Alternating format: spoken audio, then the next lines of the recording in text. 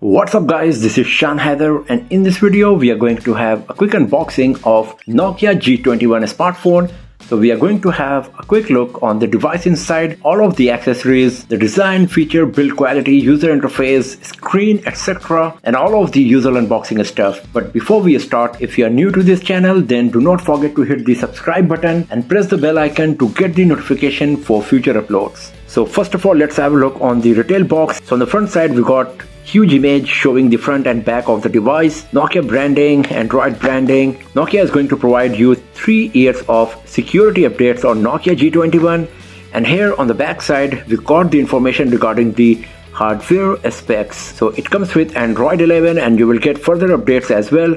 It comes with 50 megapixel primary camera, 2 megapixel macro lens and 2 megapixel depth sensor. You got the night mode, portrait mode, and then it comes with 8 megapixel front camera. It comes with a huge 5050 mAh battery that according to Nokia can survive for 3 days. It comes with a USB Type-C port and 18 watt fast charging. And then we got a 6.5 inch HD Plus display with 20:9 aspect ratio, 90 Hz refresh rate, and we got a side mounted fingerprint sensor. And talking about the software update, you will get 2 years of OS upgrades. That means you will get up to Android 13 on Nokia G21 and 3 years of monthly security updates. And there is a screen protector pre-applied on the display of Nokia G21 we got inside.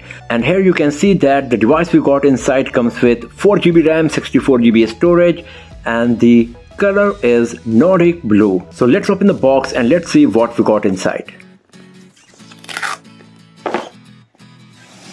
So here is our Nokia G21.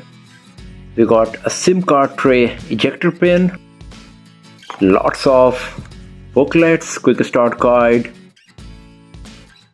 a USB Type-C cable, and a 10 watt charger. So this is kind of weird that Nokia is providing only 10 watt charger in the retail box of Nokia G21, even though the device is capable of 18 watt charging. And considering that we got just 10 watt charger, it's going to take lots of time in charging this 5050 mAh battery. Also, there is no case provided for the back panel in the retail box of Nokia G21 here. So inside the retail box of Nokia G21 you will find the smartphone, USB Type-C cable, SIM card tray ejector pin, lots of user manuals and booklets, and a 10 watt charger. So here is our Nokia G21 in Nordic blue color. So first of all, let's switch on the device. And as you can see that Nokia G21 comes with Android 1. So here you can see that we got a pretty good amount of bezel all across the display. So now I'm going to do this quick setup, and after that we will have a look on the device in detail.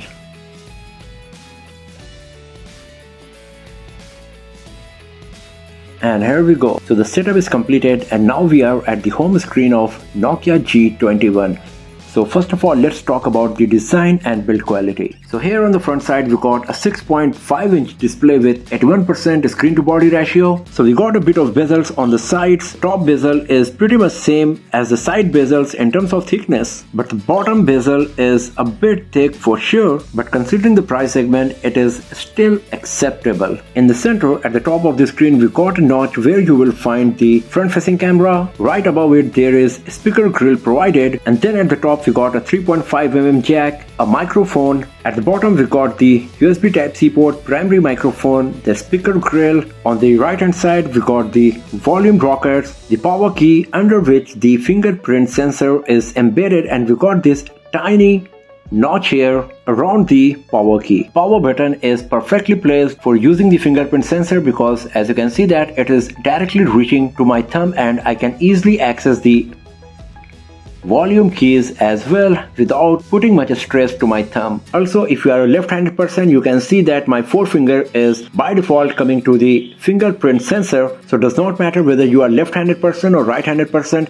you won't feel any issue in using the fingerprint sensor on Nokia G21, and that's really a nice thing for sure, because many smartphone brands miss this point while designing their devices. On the left side, we got the SIM card tray slot that comes with 2 nano SIM card slot and a dedicated micro SD card slot as well. And then we got the dedicated Google Assistant button that you will find on many of the Nokia and Motorola smartphones, and considering the previous history of these smartphones, this button is unmappable and you cannot shut it down as well. So this is kind of annoying, because the whole purpose of the Google Assistant or Siri is to activate and use them using the voice commands, not by activating them using the physical button. But still, for some reason, Google is forcing many smartphone brands to put this dedicated Google Assistant button on their smartphones, and we got one on our Nokia G21 here as well. On the back side, we got the Nokia branding and this shiny camera module that comes with 50 MP AI camera branding, and you can see that the back panel is attracting fingerprints very easily and getting smudges. The interesting thing about the design of the back panel of Nokia G21 is that it comes with this texture that you can see here, lots of lines, and it feels quite nice while touching. It provides kind of friction and a bit of sound as well. And this shiny Nokia logo is quite eye-catching as well. The device does not come with any kind of IP certification. The display is not protected by Gorilla Glass or anything. We just got a screen protector pre-applied on it. But what I'm loving the most about the design of Nokia G21 is the minimalistic appearance. Instead of flashy back panels, flashy colors, it is very minimalistic in its approach, and the textured back panel is a nice addition as well.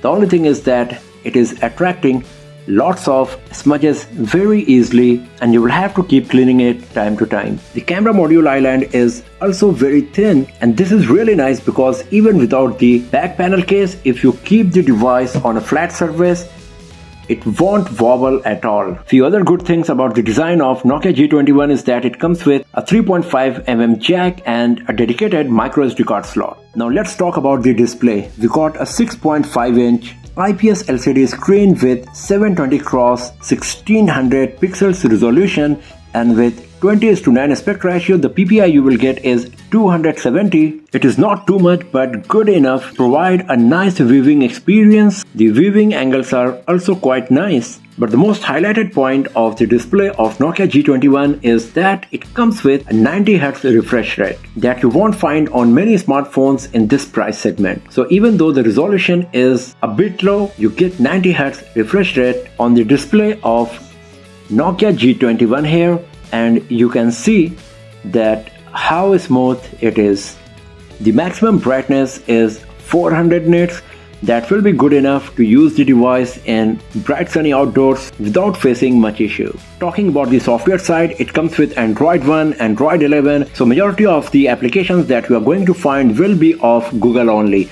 So you can see that the whole home screen is filled with Google applications, and in the apps folder you will find Netflix and My Phone applications pre-installed. If you go to the app drawer, you can see that other than the Netflix, My Phone and the camera app, everything else is of Google. Also, if you go to the settings, you will find the same thing, that it comes with pretty much stock Android appearance and features. So the bad part is that if you do not prefer to use Google's application for daily usage, then you will have to install some third-party application. But the good part is that you are going to get very smooth, fluid user experience on Nokia G21. And talking about the storage, as you can see here, out of 64 GB, 19% is used, that is 12.29 GB, and the user available storage you will get is 51.71 GB. And if it is not sufficient for you, you can use the dedicated memory card slot to expand the storage of your Nokia G21. talking about the camera, we got a 50 megapixel primary camera, 2 megapixel macro lens and 2 megapixel depth sensor. And on the front side we got an 8 megapixel camera. Both rear and front cameras can record 1080p resolution videos at 30 fps. One drawback of the camera setup of Nokia G21 is that it does not come with a wide angle lens. Instead of that we got the depth sensor, the macro lens. I would personally prefer if every smartphone brand stop putting the depth sensor, the macro lens in their smartphone cameras, and especially if you're talking about the Nokia G21, it lacks the wide angle lens that you will find on many other smartphones in this price segment. If you launch the camera application, this is the user interface you will find. So you can see that the AI is by default enabled. It was asking me to use the macro mode. You can go to 2x zoom, but it's going to be totally digital because we do not have telephoto lens on this device as well. So in the user interface you can see that we got Google Lens, we got the motion picture, we got timer, aspect ratio, flash. If you tap on this hamburger menu you will get some settings and options that you can use, and then it comes with portrait mode that comes with various bokeh effects. As you can see here, you can also select the intensity of the bokeh effect on the portrait mode pictures, and then we got the night mode. If you go to more, you will find the macro, panorama, slow motion and time-lapse modes. And if you go to the video, here you can see that we got the option to use the flash, and you also get the option to reduce the wind noise while recording the video on Nokia G21. So this is a useful feature for sure. So now let's take few pictures in the auto mode and let's see how good is the camera performance of Nokia G21 at a glance. So let's take few pictures of this tiny little toy here. And now let's have a look on the pictures that we have just captured. So you can see that the focusing is not that great, maybe because my device was a bit close to the object. The color reproduction is nice, the dynamic range is looking good as well. This one is better because the device was a bit farther from the object here. Once again you can see it is out of focus.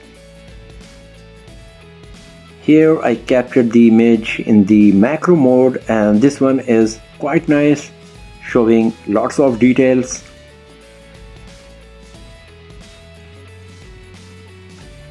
The same is the case here. Good amount of detail we are getting in the macro mode, and everything is in focus as well. But in the regular mode you need to work on the focus because sometimes it's going out of the focus, especially in the third picture. The second one is the best one. The first one is okay as well, but not perfect in terms of focusing. The camera performance is looking quite average, not that great, but we captured these images in the artificial light and of a very small object, keeping it close to the camera lens. So we will see how good the camera performance of Nokia G21 is going to be in our detailed review of the device along with the camera review, as this is just a first impression video. And many more videos of Nokia G21 like the benchmarking review, gaming test, comparison with other smartphones in the same price segment, camera review, etc. will be uploaded very soon on this channel. So do not forget to hit the subscribe button and press the bell icon to get the notification for future uploads. And I will see you guys next time in another video. Have a nice day.